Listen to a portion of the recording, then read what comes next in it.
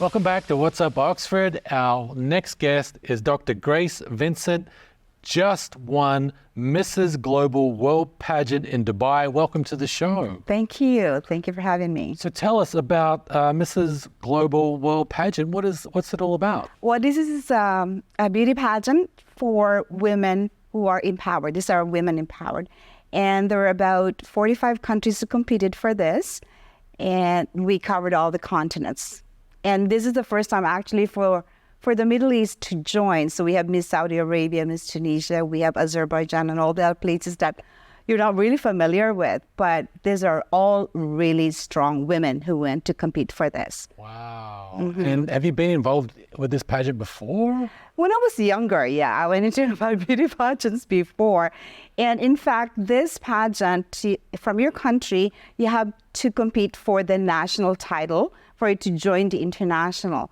So in my case, my producer on television before and my designer, they called me and they said they choose me to be on that pageant. I said, well, I didn't compete for it. I said, oh, we know that you know how to do it, so you're on.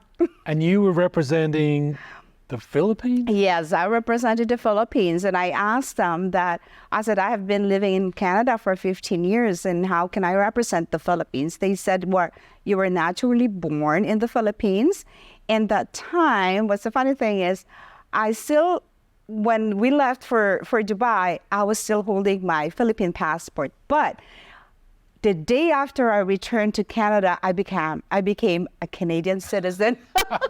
So that still counted as Miss Philippines. Wow. Yeah. And so how many women were there? 45 of us. 45, that's yes, right. Yes, that's right. Yeah. And what sort of things were we talking about? So here, for you to qualify as one of the contestants, you have to have a video. You have to have a video presentation of your advocacies. Should be like community advocacy, children advocacy. And you have to be a mother because we have the Mrs. World competition, the title. And you have to show that you are an empowered woman. Wow. And so you had to give a speech? Yes. So what's the difference with this, with Mrs. World, is we didn't have the on-stage question and answer, but instead we have a one-day workshop for this where we were given a topic and you have to express yourself. You have to really show your intellect and to really tell them about that, because it was about advocacies and how you stand for it. Right. Yeah, it was pretty much intense actually. Well, you've had a little bit of experience before, you know, Yes. presenting. Tell us, what's your background? So when it comes to beauty pageants, since I was in high school, I've been competing for beauty pageant. And then I was in college also. I was in Miss Dentistry. I was Miss Southwestern for the university. And there were 3 more titles that I won. I was Mrs. Super Mom of Cebu, which is the big city I lived at. And I was also the Queen of Alumni. I still have the crown till now. And so since I moved to Canada, that had, stopped. And it was just very it came just like, I didn't expect it that at my age now, at 60, I could still compete for the beauty queen. As a beauty queen. That's amazing. Yeah, I didn't expect it. Oh, there's competition for that? I'm sure. Wow. And so you used to host a TV show, is that right? Yes, I had a talk show for 18 years. I was also a TV actress.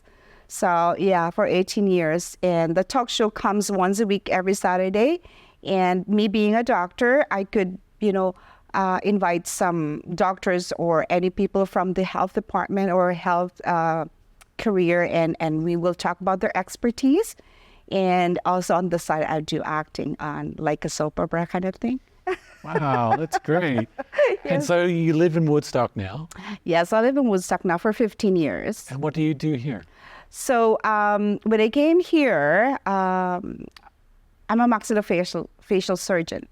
And so when I came to Canada, it was very difficult to go back again to school for the 4 years.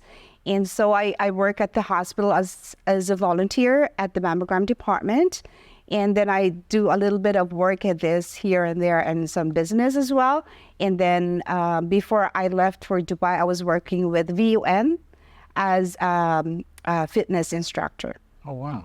Well, I just want to tell you also that because of my advocacy with children, with my career, with my profession, I travel around the world, especially in poor countries in the world, to give free services to children and people who need my service. Wow. How often do you travel?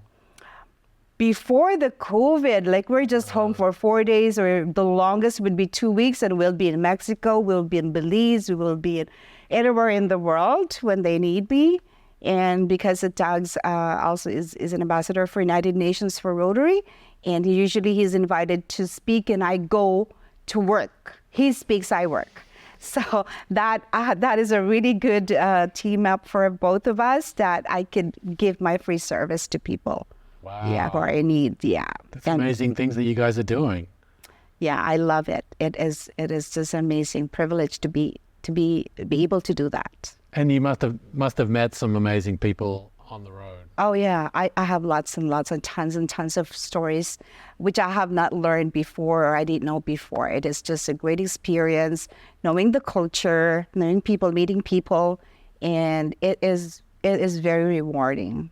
Wow, what a great story. Well, thank you for coming in. Thank you for everything that you do in our community.